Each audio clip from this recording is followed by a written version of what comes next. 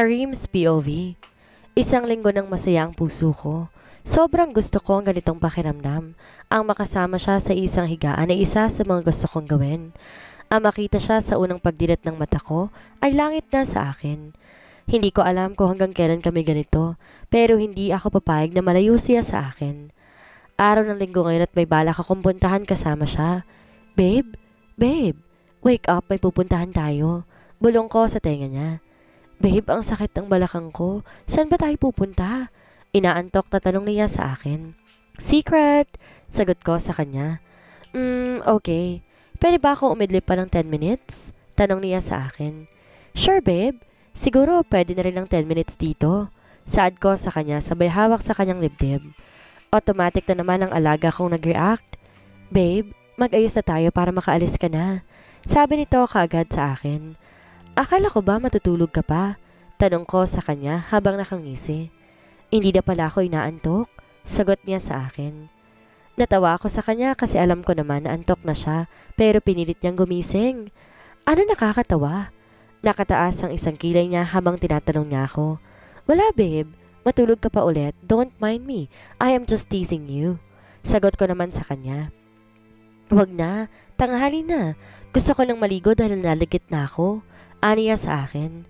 Okay, maligo na tayo, sabi ko sa kanya. Binuhat ko siya at tumakbo ako papasok sa banyo. Ay! Tili niya dahil nagulat siya sa ginawa ko. I love you, babe. Bulong ko sa kanya. I love you too, babe. Nakangiting sabi niya. Hinalikan niya ako sa labi. Babe, masakit pa ba? Tanong ko sa kanya. Babe, pahingayin mo naman ang sunflower ko. Wag mo namang lantahin ka agad. Sagot niya na kinatawa ko. Kaya nga didiligan ko, babe. Pang-aasar ko pa sa kanya. Tumigil ka dyan? Mataring na sabi niya. Okay, mamayang gabi na lang ako magdidilig. Natutuwang saad ko sa kanya. Tumigil ka na nga, maligo na tayo. Pag hindi ka tumigil dyan, lalayasan talaga kita. Saad niya nang may pagbabanta. Hindi na ako nagsalita at nagsimula na kaming maligo.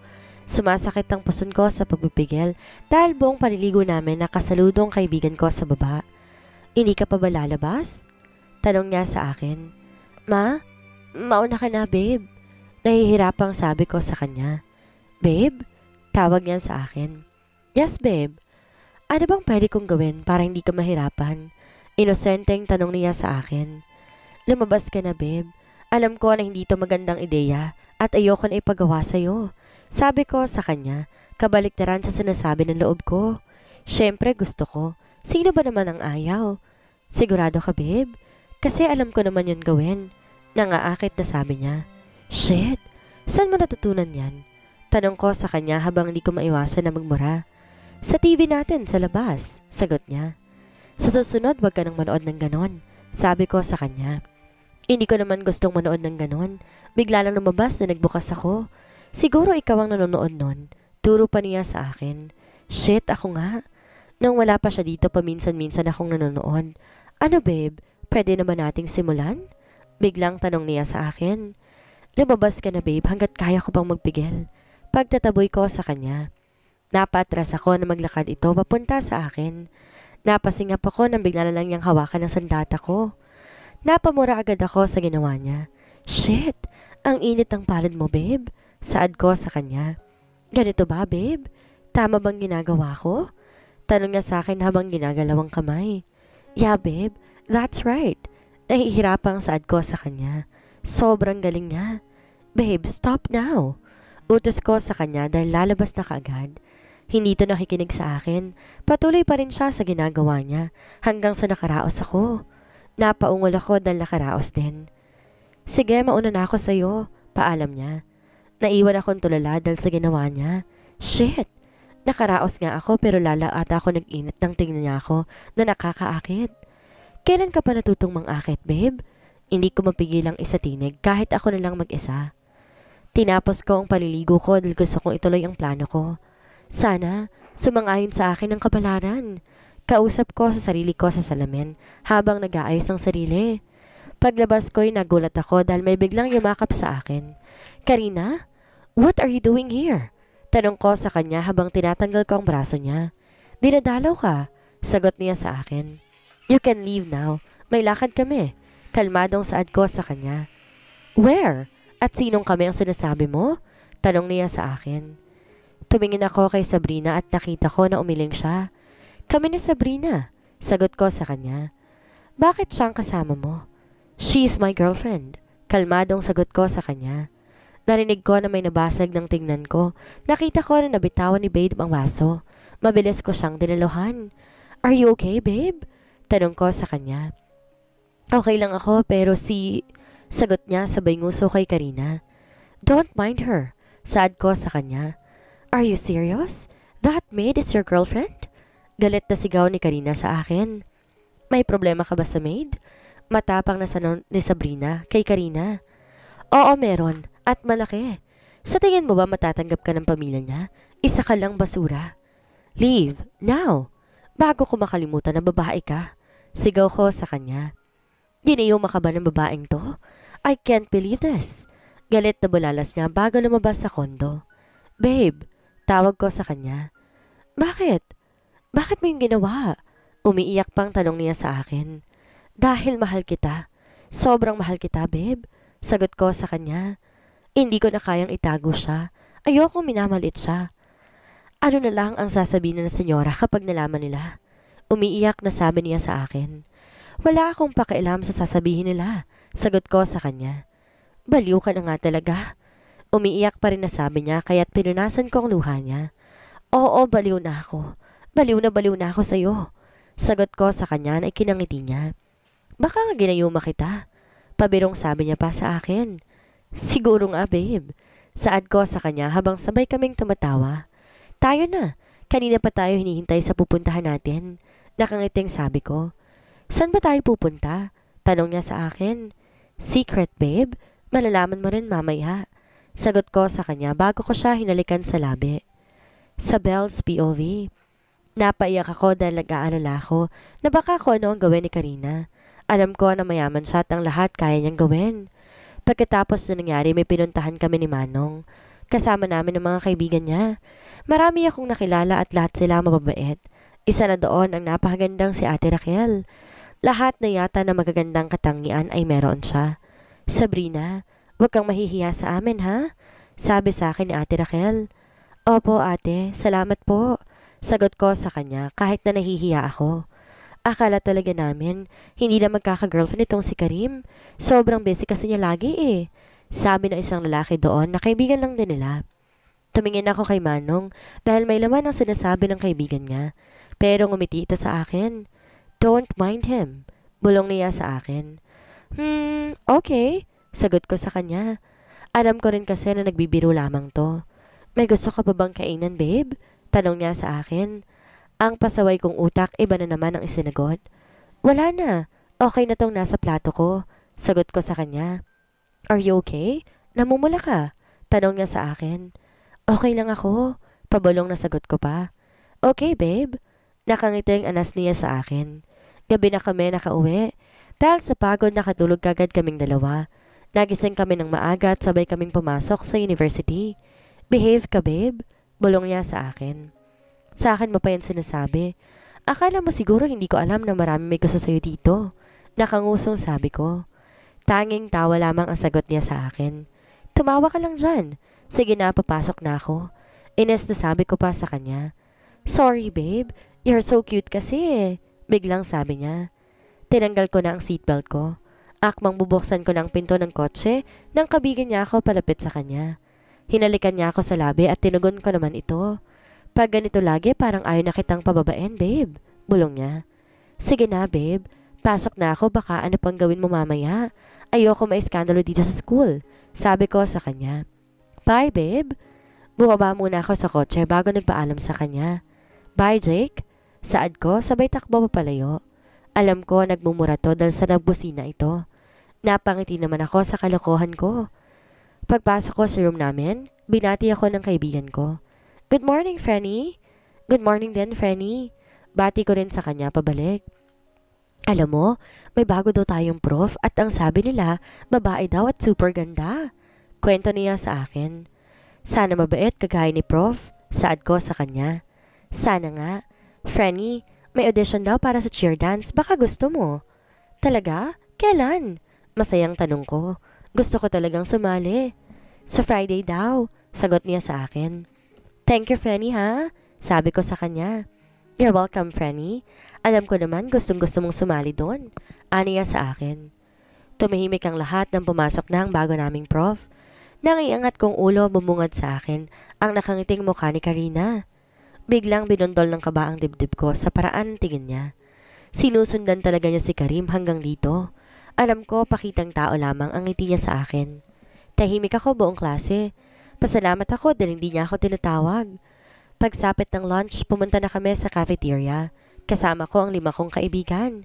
Frenny, dito pala sa senyorita nagtatrabaho? Tanong sa akin ni Roda. Oo, prof namin siya ni Maxine. Sagot ko. Ngayon lang namin napansin. Sabi naman ni Nemya. Guys, secret lang yun ha? Sabi ko sa kanila. Oo naman, Frenny, makakaasa ka sa amin. Sabi ni Marlene. Salamat sa inyo. Pasasalamat ko sa kanila. Nagsimula na kaming kumain. Napatigil kami nang pumasok si Manong sa cafeteria. Hindi siya nag-iisa dahil sabay silang pumasok ni Karina. Kung ang boyfriend ko, seryoso itong Karina. Ang lapad ng ngiti. Bagay sila. Dinig kong sabi ng katabi naming mesa. Oo nga, super bagay sila. Maganda at gwapo. Dagdag na sabi ng katabi nito. Hindi ko na pinansin ang sinabi nila. Nang tumingin ako kay Manong, nakita ko ito nakatingin sa akin. Agad akong umiwas ang tingin. Ipinagpatuloy kong pagkain ko. Bago ko matapos, tumulog ang phone ko. Manong, I love you, babe. Basa ko sa text na ipinadala niya sa akin. Hindi ko ito nireplyan. Alam ko namang mahal niya ako pero hindi ko maiwasan na hindi magselos. Guys, mauna na ako sa inyo. Paalam ko sa mga kaibigan ko. Pero, sige. Bye, Frenny. Naglakad ako papunta sa restroom. Doon muna ako tumambay. Paglabas ko, tumuloy na ako sa next class. Naglakad ako papunta sa restroom. Doon muna ako tumambay. Miss Di Makuha, you're late in my class. Galit na sabi sa akin ni Manong. Napabuntong hininga ko. Pinipigilan ko ang sarili kong bulyawan siya. Dapat ko pa rin siyang irespeto dahil guru ko siya. Sorry po, sir. Sabi ko sa kanya. What are you waiting for? You want to just stand there? Galit na tanong pa niya. Pumasok ako at umupo sa upuan ko. Buong klase, naiinis ako sa pasigaw-sigaw at ako pa ang lagi niyang tinatanong. Siya ang last class namin dahil wala yung isang prof. Nagpara ako ng jeep at sumakay pa uwi. Pagdating ko sa kondo niya, naglinis ako ng buong kondo. Inayos ko rin lahat ng labahan at ibinaba ko sa laundry area. Doon ako tumambay hanggang gumabi. Pagpasok pa sa kondo, nadatnan ko si Karina na nakayakap sa boyfriend ko. Hindi ako napansin ni Manong kaya't dumaan ako sa harapan niya. Ipinasok ko sa room niyang lahat ng damit na nilabhan ko. Diretso lang ako, di na lumingon pa. Nagsimula din akong ayusin ang closet niya. Nagulat ako na may biglang yumakap sa akin. Galit ka ba sa akin, babe? Mahinang tanong niya. Hindi. Tipid na sagot ko sa kanya. Sorry, bulong niya. Bakit ka nagsasorry sa akin? Tanong ko sa kanya. Sorry kung nasaktan ko ang damdamin mo. Mahal na mahal kita. At yung yakap, hindi ko naman inaasahan yun eh. Nagulat lang ako. Paliwanag niya pa sa akin. Okay lang. Wala naman yun sa akin. Sabi ko sa kanya. Kahit nasa loob ko, selos na ako. Hindi ito nagsasalita at bumitaw sa pagkakayakap sa akin. Ang akala ko lalabas to, pero nagulat ako nang buhatin niya ako. Dapat talaga magkalaman na to, para hindi mo ako iwan. Natatakot ako sa mga sagot mo, lalo na kapag kalmado ka. Sabi niya sa akin. Ano bang mga pinagsasabi mo? Ibaba mo nga ako? Ines na sabi ko sa kanya. Hindi ito nakikinig sa akin. Buhat niya ako at palabas na kami sa kwarto niya.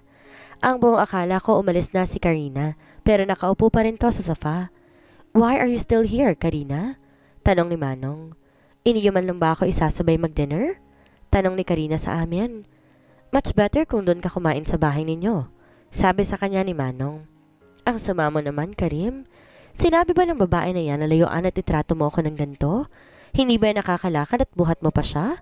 Galit na sabi niya kay Karim. Huwag mo siyang idadamay dito. She can walk pero gusto ko siyang buhatin. You can leave now. Nakakaistorbo ka na sa amin. Seryosong pagtataboy sa kanya ni Karim. I hate you. Sigaw ni Karina bago nagmarcha palabas. Ang sama mo sa kanya. 'Di ba ex mo yun? Bakit ganyan ka makitungo sa kanya? Tanong ko sa kanya. She deserve it. Kibit balikat na sagot ni Manong sa akin. Di na ako nagsalita. Kumain kami ng hapunan pagkatapos nagpainit kami buong gabi.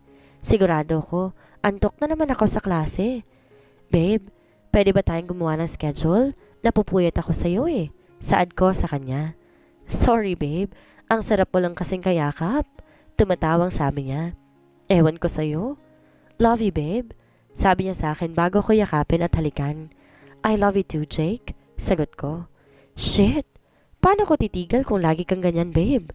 Nahihirapang sabi niya. Nararamdaman ko na naman siya. Hindi ko mapigilang tumawa. Babe, pwede mo ba siyang paamuin? Antok na talaga ako at pagod na pagod. Sabi ko sa kanya. Next time babe, wag mo akong aakitin kung hindi mo kayang panindigan. Nakasimangot pang sabi niya. I love you.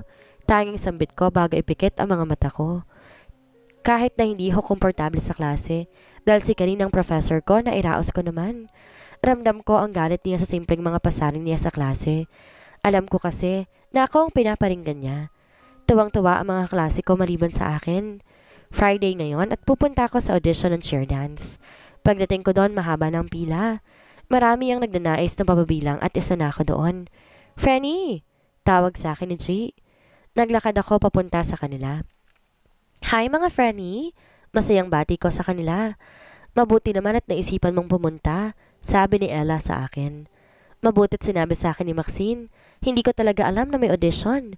Saad ko sa kanya. Sana makapasa tayong lahat. Na-excite na sabi ni G. Si Miss Ella at Miss Juvelyn daw ang pipili ng mga nakapasa. Sabi naman ni Marlene. Wow! Ang bait kaya nila at magaganda rin. Sabi naman ni Maxine. Totoong mabait ang dalawang professor na yon. Habang mahaba ang pila, nagkwentuhan muna kami ng mga kaibigan ko. Pwede palang mag-audition ng solo at pwede rin by group. Mas pinili namin na mag-solo para mailabas ang talento ng bawat isa. Ako ang pinakauli sa aming lahat. Nagsimula na akong sumayaw. Nag-ballet ako pero sinamahan ko rin ng sample ng cheer dance steps. Nag-enjoy ako sa performance ko. Alam ko, binigay ko ang best ko. Nang matapos akong sumayaw, natanaw ko si Jake na nakangiti habang nakatingin sa akin. Pinigilan kong sarili ko nang umiti sa kanya pabalik. Pero sa loob-loob ko, sobrang kinikilig ako. Wow! Ang galing mo, Sabrina! Dinig kong sigaw nila Sandrix at Joaquin. Bigla ako nahiya at nakita ko na naman ang mukha ng boyfriend kong bigla nilang dumilim.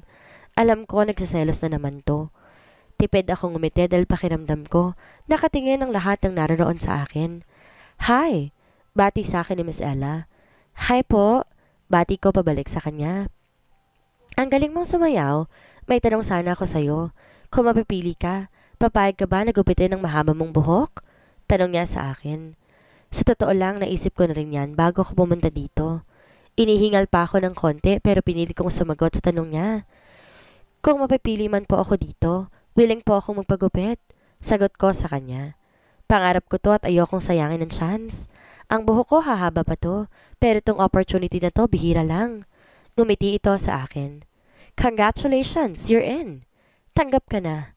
Masayang anunsyo ni Miss Ella. Thank you po. Umiiyak na sabi ko sa kanya. You deserve it. Sabi niya sa akin na may ngiti sa labi. Nang lumingon ako sa kinatatayuan ni Manong kanina, wala na siya doon. Nalungkot naman akong bigla dahil akala ko pinanood niya hanggang sa matanggap ako pero umalis na pala ito kaagad. Lumapit ako sa mga kaibigan ko na kapwa nakapasa rin. Franny goals! Sigaw namin ng sabay-sabay. Sobrang saya lang namin dahil natanggap kaming lahat. Lumapit naman si Sandrix sa akin at niyakap ako, kaya nagulat pa ako sa ginawa niya. Hindi ko kasi inaasahan na yayakapin niya ako. Ang dami pa namang tao sa paligid. Congrats, Sabel! Ang galing mo! Nakangiti siya habang binabati ako. Sandrix, pwede bang wag mo na akong yakapin? Nakakaya kasi ang daming tao. Saad ko sa kanya. Sorry, na-carried away lang ako. Sagot niya sa akin. Umugong naman ang bulungan sa paligid. Ngayon pa lang hinihiling ko na hindi ito nakita ng boyfriend ko. Ang ginawa ni Sandrix dahil tiyak na magselos na naman ito at baka maging sanhi pa ng away namin. Siguro magpapaliwanag na lang ako sa kanya mamaya. Congrats, Abel! Bati naman sa akin ni Joaquin. Akmang yayakapin niya ako nang pigilan ko siya. Okay na, Joaquin. Ayoko na niyayakap ako. Nakakaya kasi baka magka-issue pa ako eh. Sabi ko sa kanya. Nakita kong nalungkot to pero mas makakabuti yun sa amin. Higit sa lahat sa akin.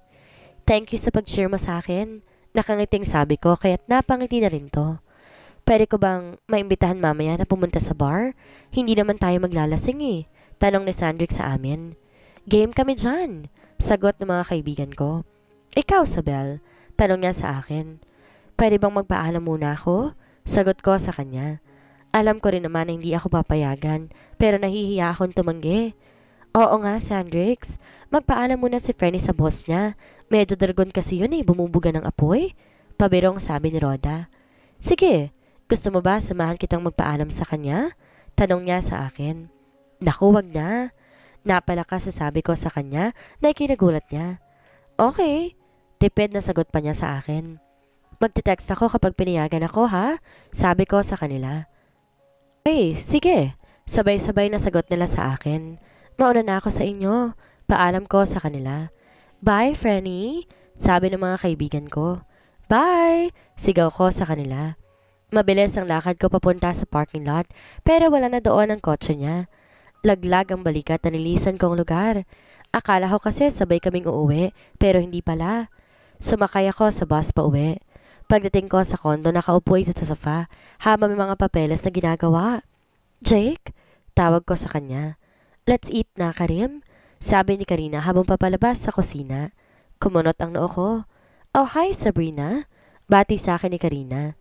Tumingin ako kay Manong na ngayon malamig ang tingin sa akin. Ngayon alam ko nang may alam ito sa nangyari kanina. Wala naman akong balak itago sa kanya. Kaya nga ako nagmadaling umuwi para sabihin sa kanya. Paano ko pa sasabihin? At bakit kasama niya si Karina? Galit ako at mabilis akong pumasok ng silid ko. Pumatak ang luha sa mga mata ko. Ano bang meron sa inyo? Tanong ko sa kawalan. Kinuha ko ang phone ko at nag-text ako kay Marlene. Nasasama ako sa kanila. Naligo ko habang nasa banyo ko. Di ko napigilang pagmasdan ang sarili ko. Mabilis kong kinuha ang gunting at ginupit ang mahaba kong buhok. Balak ko pa sana sa parlor magpagupit para sana ibenta ko at kumita man lamang sana ako. Pero dahil galit ako na lang nagupit ng sarili kong buhok. Bumagay naman sa akin ang maiksing buhok ko. Naghanap din ako ng maayos na damit. May mga damit na binigay sa akin si Mara na sunod sa uso ngayon. Kinuha ko to at namili ako ng isusuot ko. Ang pinakasimpleng dress ang napili ko. Medyo maiksi lang to dahil hindi umaabot sa tuhod ko. Naglagay din ako ng konting lip tint. Nang makontento ko sa ayos ay lumabas na ako. Napaangat ng tingin sa akin si Manong pero hindi ko siya tinapunan ng tingin at umalis ako kaagad. Binilisan ko na ang lakad ko. Mabuti na lang at bumukas kahit ang elevator kaya't nakasakay ako kaagad. Nakita ko sinundan niya ako. Magsama kayo ng Karina mo. Kausap ko pa sa sarili ko habang nasa lab ako ng elevator. Dadaanan daw ko ng mga kaibigan ko kaya naghintay ako ng kaunti sa kanila. Iniwan ko rin ang phone na binigay niya. Frenny, ikaw ba yan? Di makapaniwalang tanong nila sa akin. Ang ganda mo at ang sexy mo. Puri sa akin ng mga kaibigan ko. Kahit ako nanibago rin sa ayos ko ngayon. Mabutit pinayagan ka ni senyorito. Saan ni Ella? Oo, pumayag naman siya. Pagsisinungaling ko sa kanila. Hindi ko pa pwedeng sabihin na hindi kami nag-uusap dahil wala silang alam sa relasyon ko kay Manong. Tara na para masimulan ng party-party. Masayang sabi nila. Friday naman ngayon at walang pasok bukas. Gusto kong magsaya kahit ngayon lang. Hindi ko kasi alam kung may boyfriend at trabaho pa ba akong babalikan. Pagbigyan mong sarili mo kahit ngayon lang, Sabel. Kausap ko sa sarili ko. Pagdating namin sa bar, sinalubong kami ni Sandrix. Wow, is that you, Sabrina? Ang ganda mo. Sobra. May paghanga sa mga mata niya.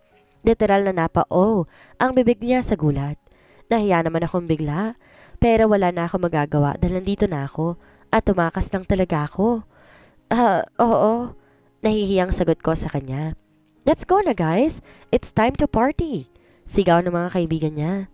Napatingin ako sa mga kaibigan ko ngayon. Nakikita ko masaya sila. Kaya naisip ko na magsasaya rin ako ngayon. Tara na. Saad sa akin ni Sandrix. Nagulat ako sa nakita ko dahil ang daming taong nagsasayaw habang nagiinuman. Nang tumingin ako sa ibang parte ng bar, ay may mga naghahalikan sa sulok. Naparunok tuloy ako. Napaisip akong bigla kung tama ba ang desisyon ko na pumunta dito. Hawak ni Sandrix ang kamay ko. Kahit na naiilang ako, pinilit ko na maging okay. Ayoko rin kasing mawala dito. Umupo kami at nag-hoard sila ng drinks. Here! Abot sa akin ni Sandrix. Pwede bang juice na lang inumin ko? Tanong ko sa kanya.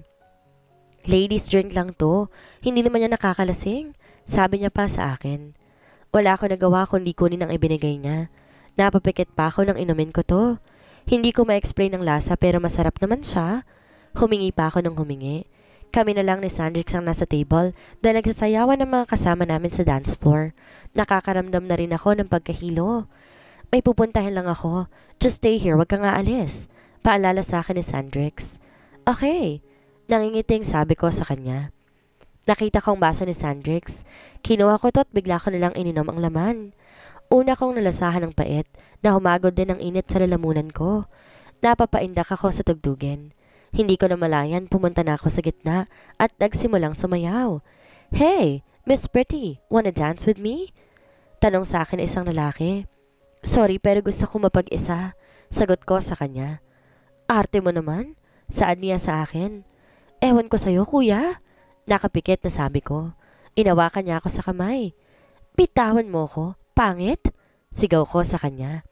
Hard to get ka, pero mas gusto ko Hindi niya na natuloy pa ang sasabihin niya dahil bigla na lang itong natumba. May bigla na lang humatak sa akin. Hoy, sino ka? Tanong ko dito habang nakapikit ako dahil nahihilo talaga ako. Hindi ito nagsasalita hanggang wala na akong marinig na ingay. Hudyat na nasa labas na kami ng bar. Nang idilat ko ang mata ko, may lalaking nakatayo sa harapan ko. Bakit kamukha mo si Manong? Lasing na tanong ko dito. Pero imposibleng pumunta yun dito kasi galit yun sa akin eh. Baka nga masaya pa yun sa piling ni Karina niya. Ang gwapo mo. Kasing gwapo ng boyfriend ko. Pero baka bukas palayasin na niya ako. Katulong kasi ako eh. Pwede mo ba ako isama sa inyo? Baka kulang kayo sa katulong, mag-apply na lang ako. Tumatawang saad ko sa kanya. Umikot na rin ang paningin ko dahil nahihilo na ako. Panay sinok na rin ako pero hindi man lang nagsasalita yung lalaki. Napapikit na lamang ako. Antok na antok kasi talaga ako eh. Napabalikwas ako ng bangon. Nasa hindi pamilyar na lugar ako. Nasaan ako? Tanong ko sa sarili ko. Napasigaw ako na silipin ko ang sarili ko. Wala akong suot na damit. Bigla ako natakot na nakaramdam ako ng pananakit ng balakang ko. Gusto kong maiyak. Alalahanin mo, ano nangyari kagabi? Tanong ko sa sarili ko. Kahit anong gawin ko, wala akong maalala. Mabilis akong bumangon at sinuot ang damit ko. Lumabas ako sa silid na kinaroroonan ko. Nasa hotel pala ako. Kahit na masakit ang balakang ko, binilisan kong lakad. Pagdating ko sa kondo, nanginginig ang kamay ko na buksan ang pintuan. Ay, butiki! Gulat na bulalas ko nang bigla na lang bumukas ang pintuan. Nakita ko kaagad ang madilim na aura ni Manong. Where have you been? Seryosong tanong niya sa akin. Anong pakialam mo? Matapang na sagot ko sa kanya. Anong pakialam ko? Ako pang tinatanong mo? Galit na saan niya sa akin. Hindi ko siya sinagot at pumasok na ako sa loob, diretso sa kwarto ko. Mabilis akong pumasok sa banyo at naligo. Napasigaw ako sa inis. Galit din ako sa sarili ko dahil hindi ko maalala kung sinong nakasama ko kagabi. Ang tanga mo talaga, Sabel. Ano lang ang sasabihin sa'yo ni Jake? Kinuskus ko ang balat ko hanggang tumigil ako at umiyak ng umiyak. Hindi ko alam kung ilang oras ako nasa banyo. Inayos ko ang sarili ko. Paglabas ko ng kwarto, nakaupo ito sa sofa habang matalim ang tingin sa akin. Saan ka galing? Tanong niya ulit sa akin. Sa bar, sagot ko sa kanya. Sinong kasama mo? Seryosong mukha niya habang tinatanong ako. Naparunok ako at di ko alam kung sasabihin ko ba sa kanya. Mga kaibigan ko at Sino? Sigaw niya sa akin. Si Sandrix, sagot ko habang nakayuko. Hindi ko kayang salubungin ang mga mata niya. Nakala ko magre-react ito pero walang kahit anong salitang lumabas sa kanya. Nang iangat kong ulo ko, nakita ko siya. Papasok sa kwarto niya. Naiwan ako mag-isa sa sala. Hindi ko rin maiwasan na maiyak ulit. Alam ko galit siya.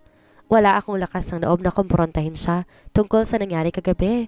Kung bakit nandito si Karina? Dahil kahit ako nakagawa rin ng kasalanan sa kanya. Paano ko ba malalaman kung sinong kasama ko kagabi? Kung wala naman akong matandaan o maalala. Pumasok ako sa kwarto ko. Nakita ko ang damit na sinuot ko kagabi. Wala sa sariling inamoy ko ito. Bakit kasing amoy ito ni Manong? Pero imposible naman na siya yon. Saad ko sa sarili. Inamoy ko ulit pero katulad talaga ng pabango niya. Siguro kaamoy lang niya. Sana, siya na lang ang kasama ko kagabi. Kung hindi siyang kasama ko, pandidirihan kong sarili ko. Alam ko rin na hindi niya ako mapapatawad. Sabado ngayon at walang pasok. Pero hinihiling ko na lang na lumabas siya para ako na lang mag-isa dito. Bala kong maglinis ngayon kahit masakit ang katawan ko. Una kong nilinis ang kusina, sumunod ang living room. Pumasok ako sa kwarto niya nang hindi ko makatok. Hindi ka ba marunong kumatok? Galit na tanong niya sa akin. Bakit naman ako kakatok? Kung ikaw lang naman ang nandito. Bakit may iba ka pa bang kasama dito? Wala sa sariling sagot ko sa kanya. Ang galing mong sumagot. Supladong saan niya. Hindi ko siya pinansin at naglinis na lamang ako. Bagong ligo to kaya nakatapis lang siya ng towel. Hindi ako makapag-focus sa paglilinis dahil nakikita ko ang bumubukol sa harapan niya. Umayos ka, Sabel. Saway ko sa sarili. Wala ka bang balak na magbihis? Ines na tanong ko sa kanya dahil hindi na talaga ako komportable. Inuutusan mo ba ako? Wala kang pakialam kung maghubad pa ako dito dahil kwarto ko to. Sabi niya sabay tanggal ng towel. Nakakainis ka. Sigaw ko sa kanya habang mabilis na tumakbo papalabas. Alalahanin mo, galit ka sa kanya. Siguro inaasar ka lang niya. Kumbinsi ko sa sarili ko. Di na ako bumalik doon at nag-ayos na lang ako ng damit na lalaban ko. Magtatrabaho ako dahil katulong niya ako at di na ako sigurado kung in relationship pa ba kami. Sa ngayon, hindi na muna kami bate. Magpapatulong ako sa mga kaibigan ko baka nakita nila ang kasama ko kagabi. Hahanapin ko ang lalaking yon. Mula ngayon, hindi ko nasusubukang uminom ng alak. Hindi magandang nagiging resulta sa akin. Hindi ko tuloy maalala kung sino nakasama ko. Sana naman gwapo, kahit hindi naman ako lugi. Sigurado ka ba na hindi yun nalugi sa'yo? Kontra na naman na isang parte ng utak ko. Wala kang pake. Parang silang sagot ko dito. Napahawak tuloy ako sa bato ko dahil sumakit bigla sa mga kalokohan ko. Palagi na kasi kaming nag-aaway ng sarili ko eh. Sino kaya ang lalaki na kasama ni Sabel? At bakit kaya magkasama si Karina at Karim sa kondo? Dahilan para mainis sa Sabel. Yan ang ating aalamin sa susunod nating kabanata.